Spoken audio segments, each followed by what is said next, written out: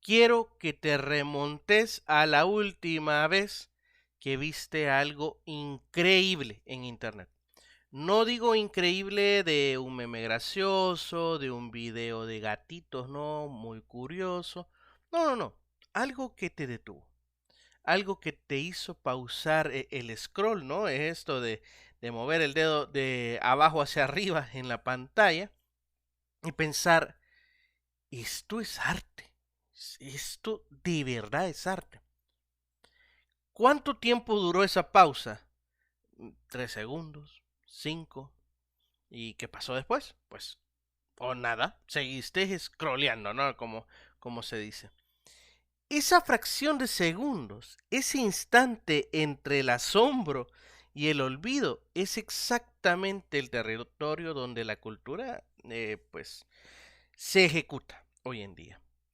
Y si trabajas en gestión cultural, si producís, si programás, si difundís, si financiás proyectos o gestionás el financiamiento de proyectos de arte, de cultura, eh, hay que entender qué está pasando ahí, ¿no? Hay que entender ese fenómeno, ese espacio microscópico entre el pulgar y la pantalla, ¿no?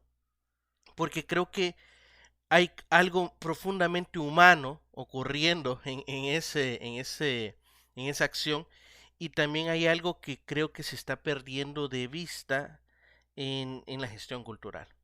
Hoy vamos a hablar de antropología del consumo digital, incluso de cómo TikTok y las plataformas de contenido breve han reconfigurado no solo cómo consumimos cultura, sino qué entendemos por cultura. O sea, qué es lo que ahora se está valorando, qué es lo que ahora se recuerda y incluso qué decidimos financiar, qué se decide apostar, ¿no? Y es más, para nuestro trabajo, qué se decide programar y crear, ¿no? Esto, pues obviamente no es un episodio sobre cómo hacer videos de TikTok, es sobre qué nos dice TikTok acerca no solo de nuestro trabajo, sino de la sociedad en la que estamos viviendo. Te doy la bienvenida a Gestión Cultural, el podcast, un programa traído a ustedes por acultura.org. Mi nombre es Alejandro Carrallo y lunes 27 de abril del año 2026, en el episodio 153, vamos a hablar de la antropología del consumo digital. La cultura en los tiempos de TikTok. Vaya tema para empezar un lunes, ¿no? Qué pesado.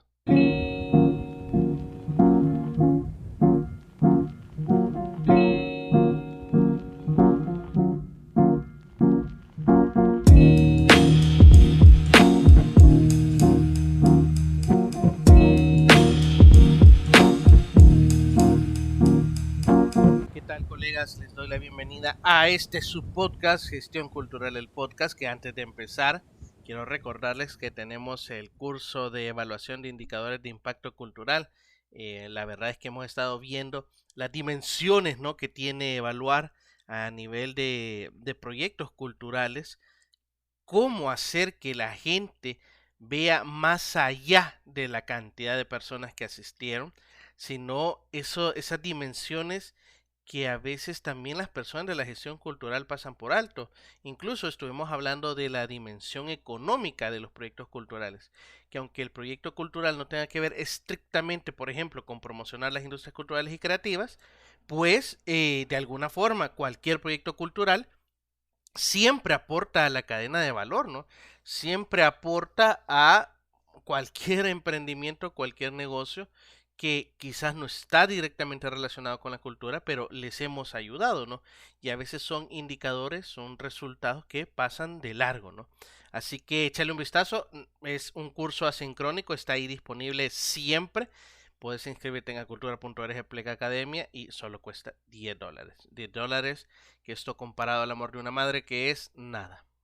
Dicho esto, vamos al punto central de este día. Empecemos por el principio, ¿no? Empecemos por el cuerpo. Cuando la antropología estudia cómo los seres humanos se relacionan con la cultura, siempre se presta atención a los rituales. Y no necesariamente en el sentido religioso de un ritual, ¿no?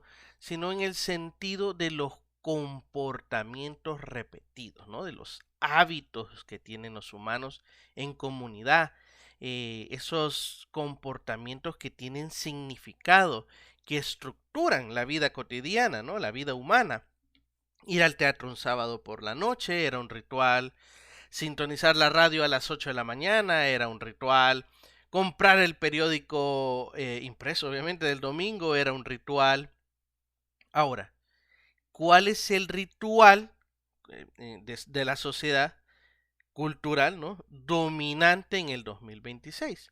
Pues abrir el teléfono, deslizar el pulgar de abajo hacia arriba una y otra vez. Y eso, aunque nos cueste reconocerlo, es un acto de consumo cultural. La persona que pasa 40 minutos viendo TikTok está haciendo algo culturalmente significativo. Está eligiendo, aunque, bueno, aquí eligiendo tiene muchos matices porque el algoritmo básicamente es quien decide, ¿no? Por esta persona, pero vamos, ya vamos a eso. Pero esta persona realmente está eligiendo estar ahí, ¿sabes? Está respondiendo emocionalmente, está creando memoria afectiva. Lo que cambia no es que la gente consuma cultura, sino las condiciones bajo las que lo hace, ¿no? La cultura es la identidad, es la forma en cómo nos representamos, en cómo nos conectamos como comunidad. Así como empatizamos con la persona que está atrás de una radio, con la persona que está interpretando un instrumento musical, pues empatizamos con la persona que nos está hablando en TikTok, ¿no? Con el video que nos está saliendo.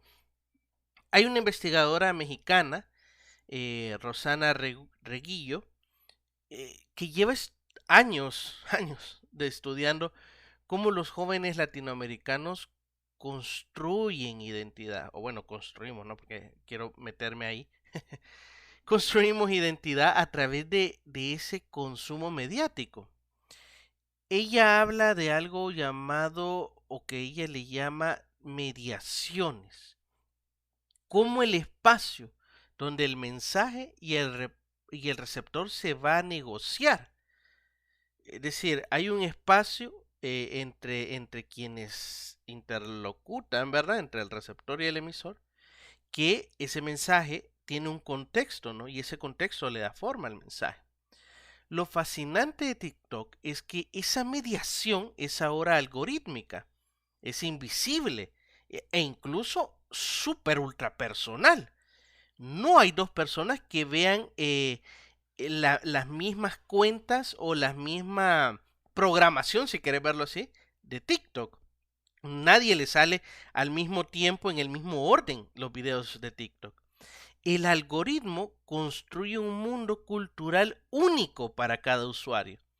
Es casi, si te lo pones a pensar, es como un museo privado, ¿no? Como un cine privado infinito y cambiante.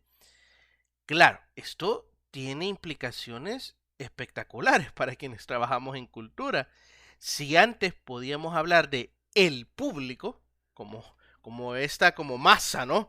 Más o menos homogénea de humanos que pues compartían referencias, compartían gustos, etcétera. Ahora, cada persona llega a un evento, a una exposición, a un concierto desde un universo de referencias completamente distinto.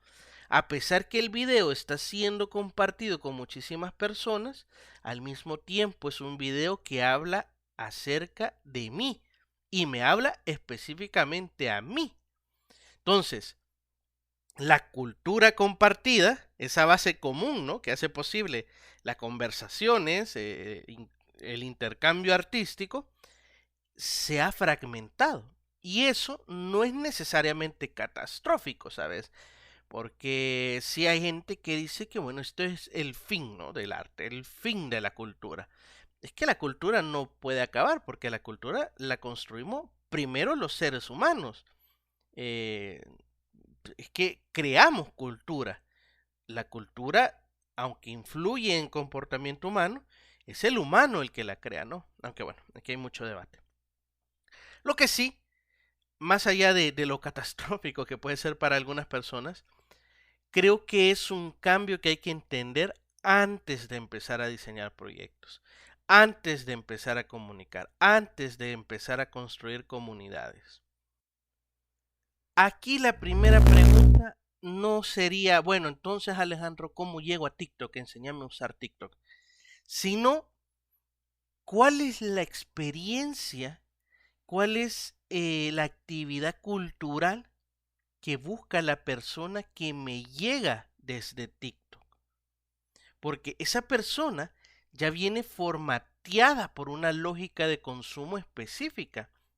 Y claro, ignorar esta lógica por quererse aferrar a lógicas pasadas de cómo se compartía la cultura es básicamente dar un concierto de jazz, ¿sabes? Para personas de heavy metal, ¿no? No va a tener sentido, ¿no? Y aquí es donde mueren muchos proyectos por, no, digamos, no innovar, no entender las nuevas formas de comunicación, las nuevas formas en cómo las personas intercambian esa comunicación. Lo que dice Reguillo, ¿no? Esas nuevas mediaciones, ese contexto en donde el mensaje está viajando, ¿no? Voy a usar una expresión que probablemente ya muchas personas conocerán, pero que hay que pensarla, hay que reflexionarla para este episodio. La economía de la atención. Esto es bien curioso, este concepto viene de un psicólogo que se hizo economista, o no sé si era economista y se hizo psicólogo, pero bueno, la cuestión es que es psicólogo y economista, Herbert Simon, y que pues se ha hecho muy popular hoy en día, ¿no? Porque creo que ha recobrado toda la vigencia posible. ¿De qué se trata la economía de la atención? En un mundo en donde tenemos exceso de información, lo que escasea no es el contenido, ¿no? El contenido, uff, pero es que por montones, lo que va a escasear es la atención humana. Y claro, como pasa en el sistema capitalista y bueno, en muchísimos sistemas económicos de hecho, lo que escasea se convierte en una moneda, ¿no? En ese mercado, TikTok básicamente es la bolsa de valores más grande y más monstruosa del planeta.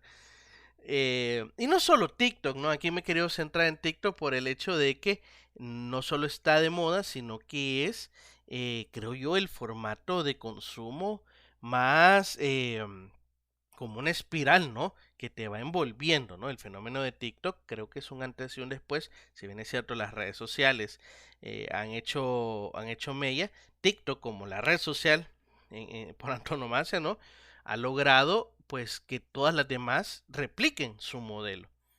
Por eso es que me refiero a TikTok, no solo a la red social como tal, sino al modelo que TikTok ha explotado. Creo que esto tuve que haberlo explicado desde un principio, pero bueno. Eh, la plataforma de TikTok, de hecho, fue diseñada con un entendimiento profundo de la psicología, de el famoso refuerzo variable, que es lo mismo que pasa con las máquinas estas tragamonedas. Las máquinas tragamonedas son adictivas, ¿no? ¿Por qué? Porque cada vez que deslizas, cada vez que metes una moneda, cada vez que jalas la palanca, no sabes si lo que viene va a ser el premio, ¿no? Entonces en TikTok es igual. Cuando haces scroll con el dedo, no sabes si lo que viene es algo que te va a emocionar o algo que vas a terminar ignorando. Entonces, esa incertidumbre mantiene al cerebro enganchado. ¿Cuál es el resultado? Que la duración media de la atención no solo baja, sino que cambia de naturaleza. Aprendemos a consumir en ráfagas, a hacer múltiples evaluaciones estéticas, sentimentales, emocionales, y lo hacemos todo al mismo tiempo y todo de manera rápida, y también eh, descartamos todo de manera rápida con la misma velocidad que con que lo apreciamos, ¿no?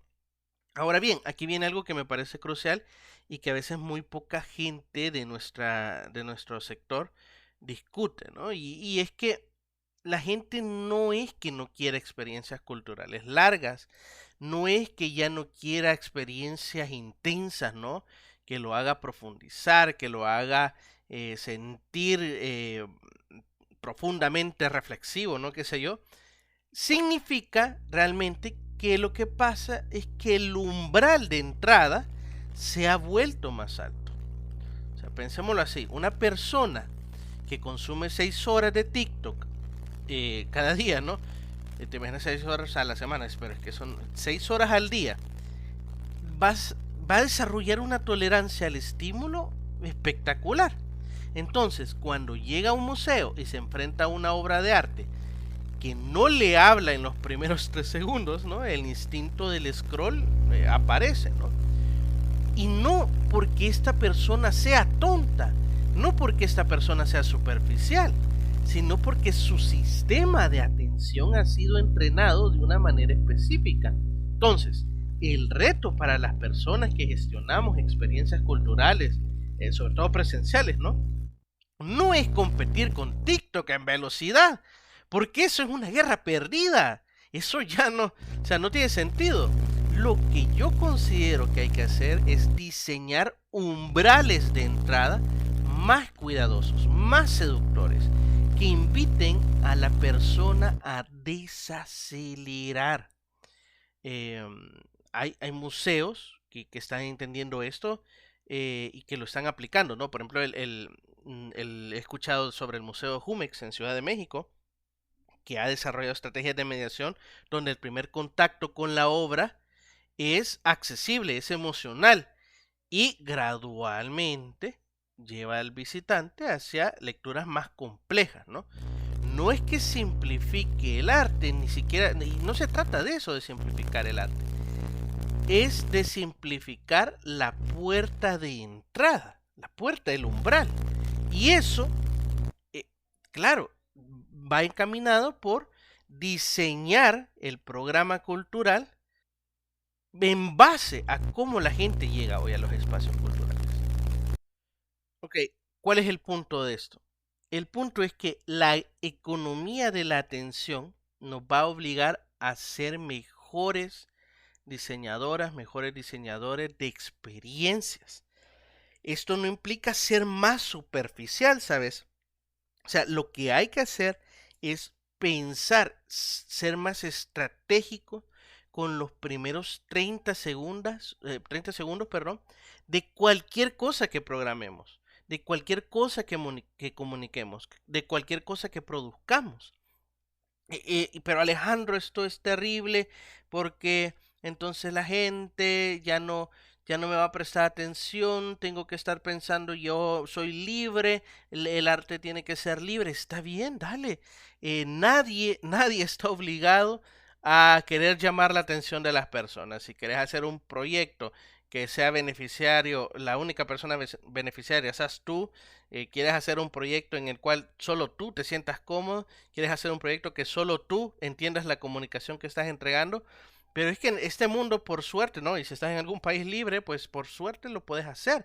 Estoy hablando de que querés llegar a ese público, estás luchando por llegar a ese público, querés que ese público llegue, ese público es el público beneficiario del proyecto. Pues claro, vamos a tener que entender cómo funciona, ¿no? Cómo funciona la economía de la atención. Ahora, hay algo que me resulta increíble, espectacular de TikTok, y que creo que no recibe el suficiente reconocimiento por parte del sector, ¿sabes?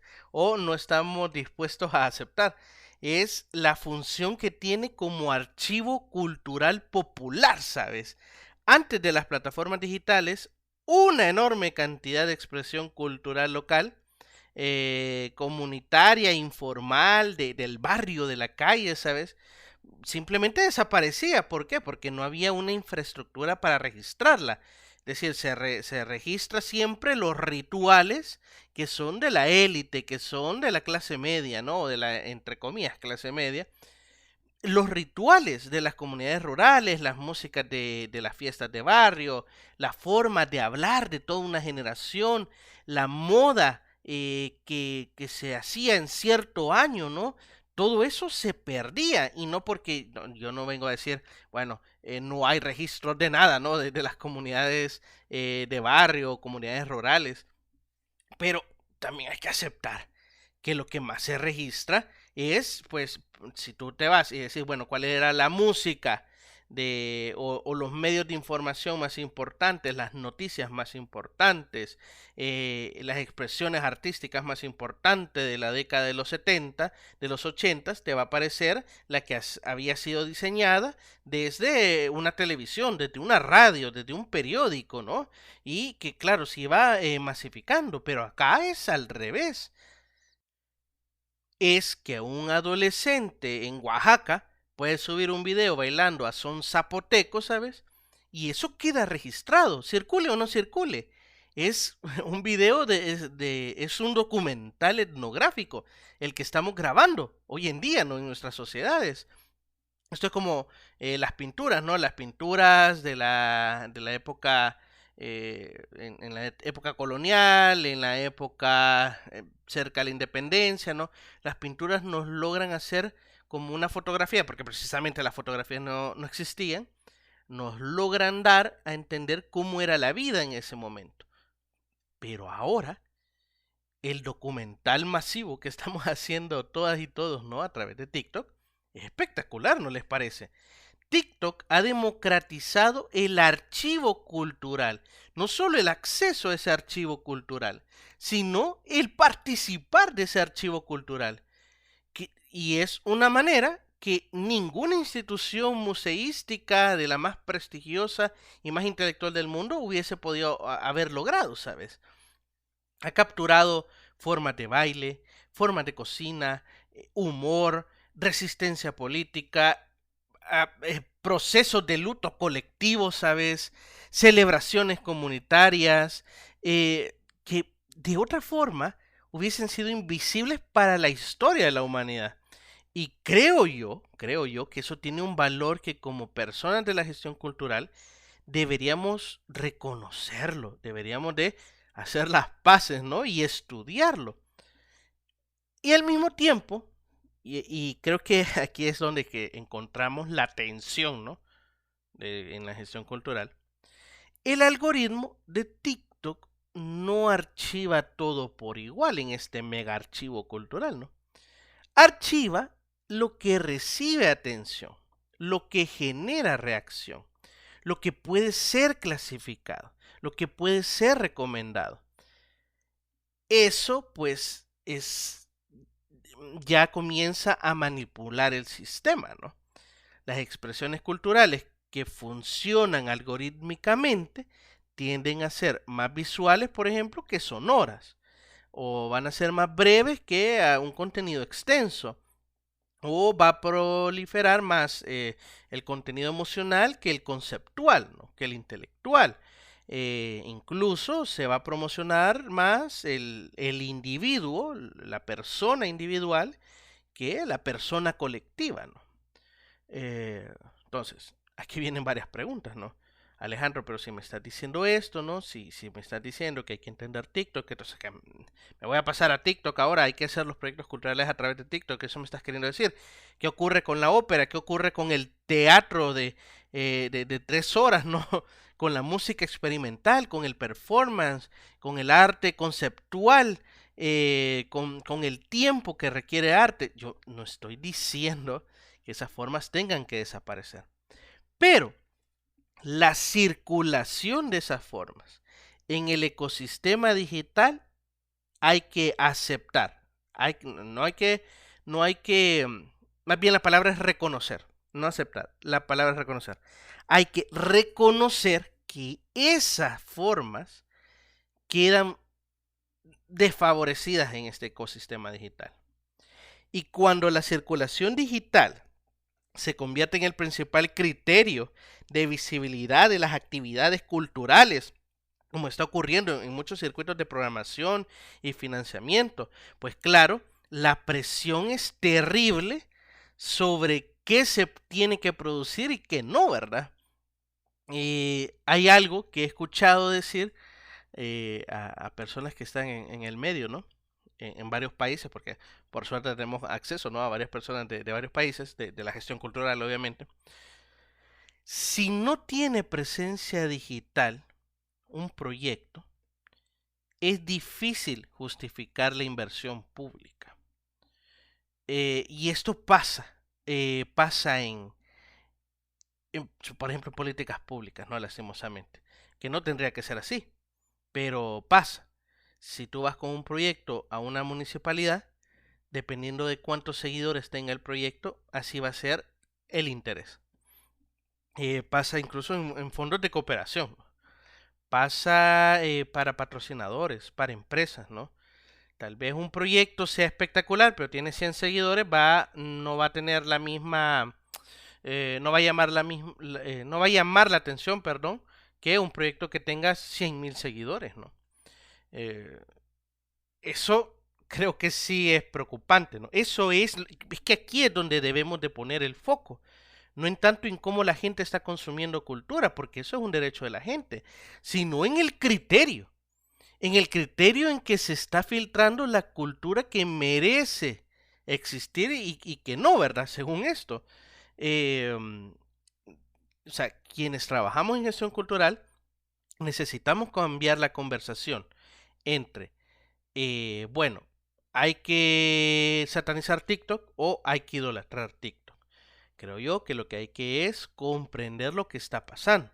Entonces, está el hecho de que hay que reconocer que las personas han cambiado su umbral, que la economía de la atención es una cosa, pero que también, pues, no podemos dejar morir experiencias artísticas que necesiten más tiempo que lo que implica esta economía de la atención, pero que por otro lado, donde está el verdadero eh, catástrofe, si lo quieres ver así, es que actualmente, o al menos desde mi observación y lo que he platicado con colegas, como te menciono, es que si un proyecto no tiene la presencia digital suficiente, usualmente no hay una inversión pública para ellos. Entonces, ahí viene el punto, ¿no? Ahí es donde yo creo que todas y todas deberíamos de conversar en vez de preguntarnos si TikTok es satánico o no. Ahora, ¿cuál es el punto que también me parece urgente? Hay una tentación enorme cuando trabajamos, ¿no?, en la gestión cultural de hoy en día, de convertirse, en vez de una persona de la gestión cultural, en una persona generadora de contenidos nada más, ¿no? De pensar que el trabajo cultural va a equivaler a producir piezas para redes sociales. Que hay que ver cómo se optimiza el alcance, que hay que ver cómo se crecen seguidores. Y yo entiendo de dónde viene esa tentación, es decir, yo mismo la tengo, ¿no?, en la cultura constantemente. Es que, claro, si vemos que las instituciones públicas, que las instituciones privadas, que nos pueden apoyar, que nos pueden patrocinar, incluso la misma gente, presionan para que vayamos en esa dirección, presionan porque nos están preguntando por métricas digitales, claro, los festivales, los proyectos, las exposiciones, cada vez más se van a medir por su presencia en redes más que por su presencia física, ¿no? Entonces, hay una diferencia fundamental entre comunicar cultura y producir contenido por producir, ¿no? Aunque también esto es importante aclarar que a veces se difuminan, ¿no? Es difícil marcar la línea. Pienso yo que comunicar cultura es poner en circulación un proyecto cultural con la intención de generar un encuentro entre personas, en generar un encuentro entre ese proyecto y una comunidad. Ahora, producir contenido es nada más generar material que capture la atención, que genere el famoso engagement, ¿no? La conexión. Y no son lo mismo, porque, claro, esto no, también no quiero que parezca como que, bueno, esto es lo bueno y lo malo. No, no pueden convivir. De hecho, pueden complementarse, pero ¿cuál es el problema? Que se confunde a la hora de planificar la comunicación en los proyectos culturales. Entonces, claro, tenés proyectos culturales que son muy exitosos en Instagram, que son muy exitosos en TikTok, pero que en realidad no le cambian la vida a nadie. ¿Dónde está la diferencia práctica entonces, Alejandro? ¿Cómo lo puedo identificar? Creo yo que está en la intención y también, por cierto, hablando de evaluación de indicadores, en la evaluación del impacto.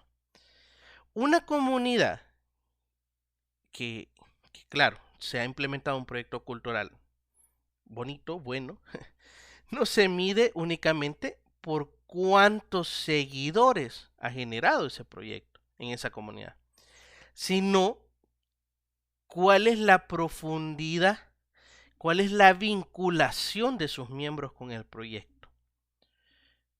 Por cuántas personas, artistas, por ejemplo, se han acompañado a partir de ahí, ¿no? De ese proyecto. ¿Qué conversaciones se ha generado? ¿Qué política promovió? ¿Qué ejemplo provocó?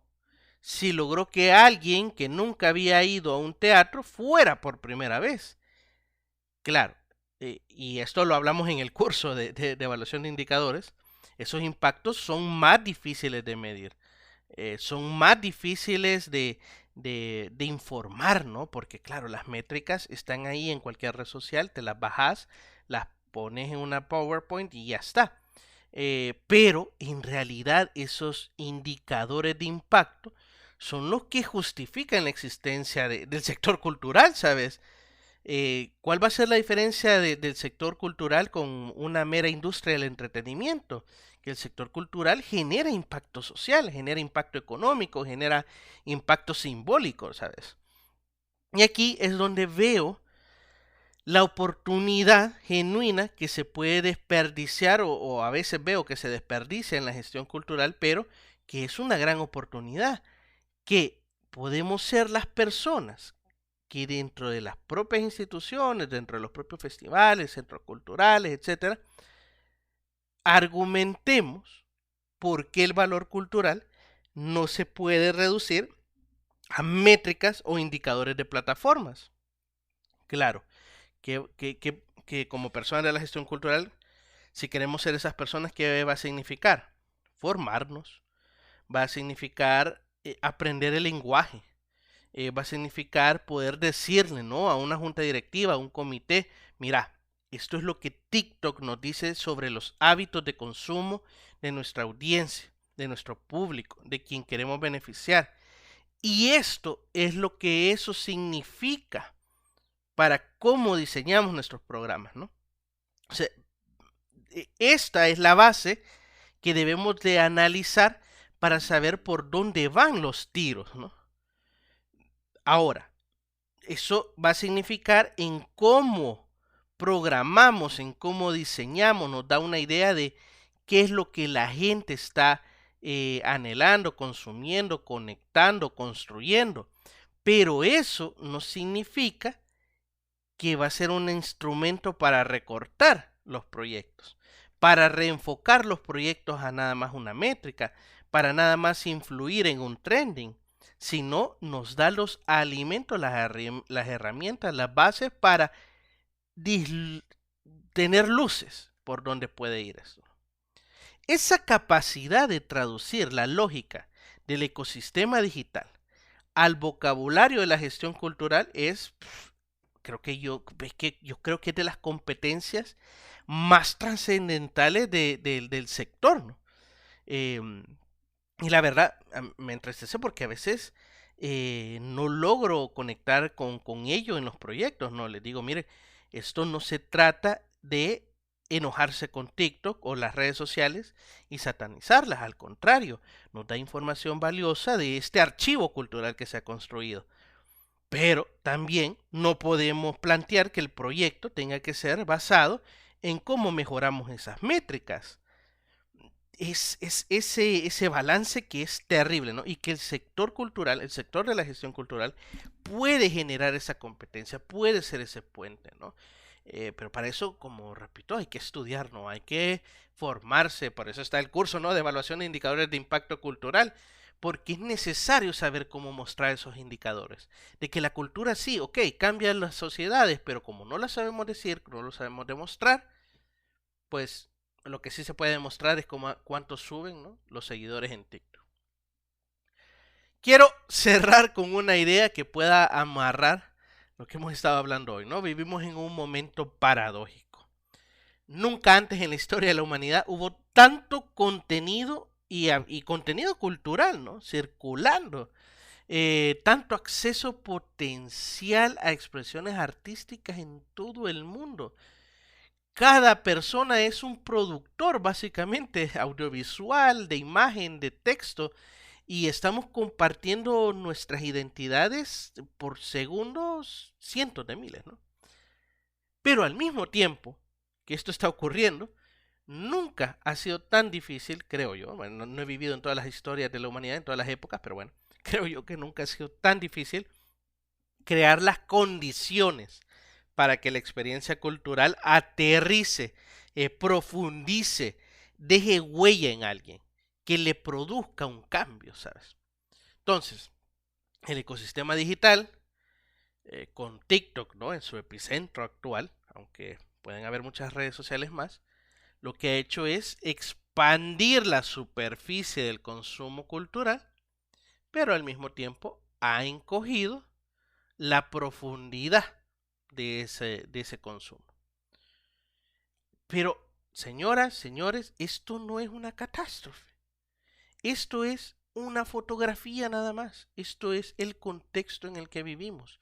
La gente que sobrevivió después de la Segunda Guerra Mundial tuvo otro contexto. La gente que sobrevivió a la guerra de independencia de nuestros países tuvo otro contexto. La gente que sobrevivió a la pandemia, la gente que logró pasar la crisis del 2008 tuvo otro contexto. Cada escenario del mundo es un contexto en el cual la persona de la gestión cultural lo que tiene que hacer es estudiarlo y adecuarse.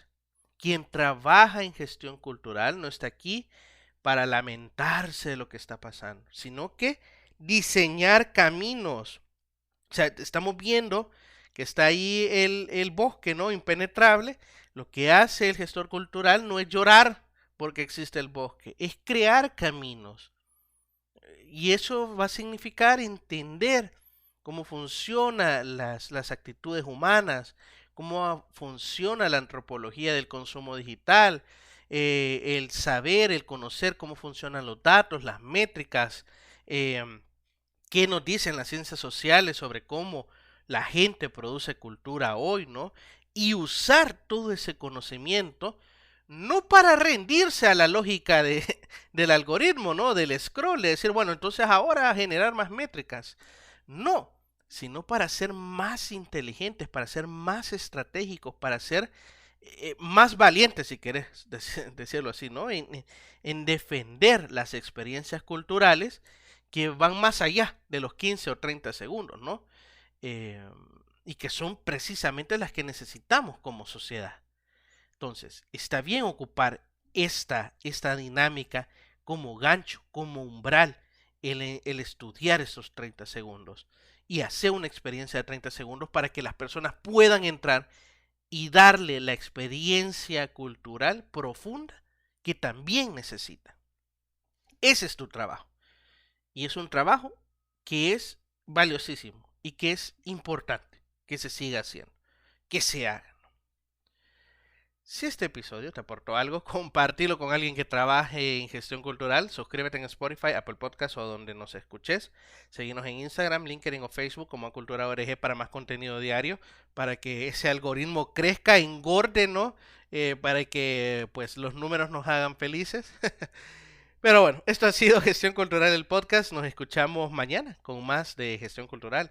Esto que tanto, no, que tanto amamos, pero a veces también odiamos relativamente. Te mando un fuerte abrazo. Chao, chao.